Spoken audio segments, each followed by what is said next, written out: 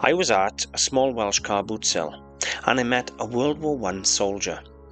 In Pottery, he was broken, battered, but with a face I couldn't walk away from. This is the story of how and why he spoke to me, and how I'm going to bring him back to life. I was wandering round the car boot sale on a beautiful Saturday afternoon. As I strolled through the aisles browsing at what was on offer, I suddenly locked eyes with what I could only describe as a breathtaking piece. There, lying unloved on the floor, was a pottery bust of a World War I soldier. He was damaged, badly in places. I wasn't even sure if he had once been part of a full-size figure or if the base had simply broken away over time. And part of the collar of his coat was missing, but I saw straight past all that damage. This piece was stunning. The artist had managed to capture, with incredible skill, the essence of a soldier in the trenches. His helmet strap hugged his chin, his eyes stayed out with quiet resolve, and the buckle at the side of his face was modelled with precision. The expression was so real, so human, I couldn't walk away. Beyond the emotion, the craftsmanship was remarkable.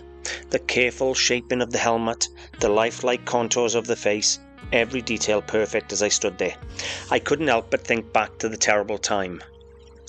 Feeling for the men who had endured those trenches, the scars and chips on this bust seemed to echo battle wounds, telling a story of survival and sacrifice. And I knew at that moment I had to have it.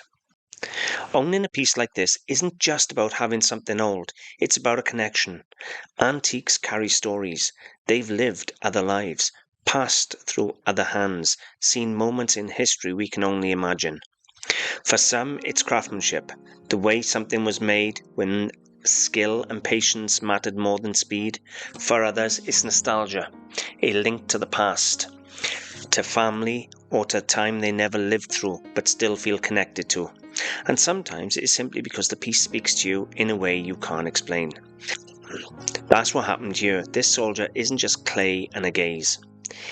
He's a reminder of courage, hardship, and resilience. And when I saw him, I wasn't just looking at a pottery. I was looking into the eyes of history itself.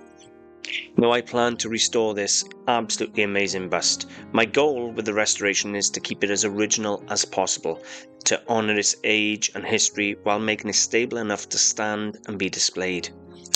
I'm going to start by creating a new base. For that, I'm going to use an old saucepan as a mould and fill it with air-dry modelling clay.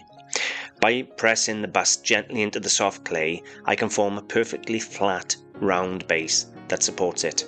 I leave it there for a couple of weeks to fully harden, ensuring a clean, solid fit. Once the clay is set, I'll remove the bust along with its new base. Then I'll paint the base with a matching treacle glaze so it blends with the original finish. I want it to look as if it's always been a part of the piece without distracting from the soldier himself. For the damaged collar, I won't rebuild or reshape it. That loss is part of its story. Instead, I'll carefully colour match the break so it's less visually jarring, while still showing its age. In the end, the aim isn't to make him look brand new. It's to make sure he can stand proudly once again, ready to last for years to come, and to be displayed as the remarkable piece it is. I know many of you expect me to talk about value, but with this bust, that's not really the point. I won't be putting this up for sale.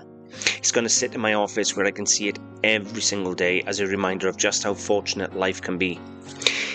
If I had to assign a value, I imagine a military collector might pay a few £100 for it. But to me, its real worth lies in the story it tells and the emotion it stirs.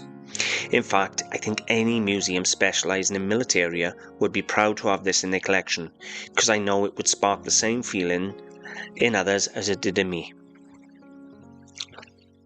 Owning antiques isn't just about collecting objects, it's about preserving stories.